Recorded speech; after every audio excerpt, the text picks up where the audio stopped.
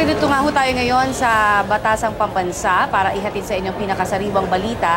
At atin po nakikita ngayon, may mga, of course, dumating na ho na ilang mga mambabatas para pa rin sa pagbubukas ng sesyon dito po naman sa Batasang Pambansa.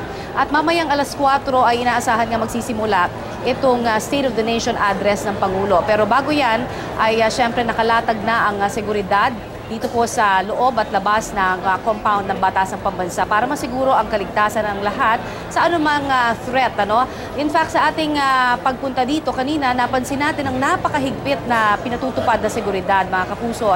Meron tayong nakita doon mismo sa gate pa lamang ay may tila mga x-ray ng mga sasakyan sa ilalim. Bukod pa ito doon sa actual inspection ng mga kawani ng pulis sa bawat sasakyang dumadaan. Hindi rin po pwede na makapasok ng walang sticker o permit, ang sino mang sasakyan na papasok dito. Katulad pa rin ng mga ipinatutupad nitong mga nakalipas na taon. Pero ang kakaiba nating nakita doon ay yung parang x-ray sa bawat sasakyan na dumaraan. In fact, talagang naging mabusisi sila, maging dito mismo sa may north wing nitong Batasang Pambansa.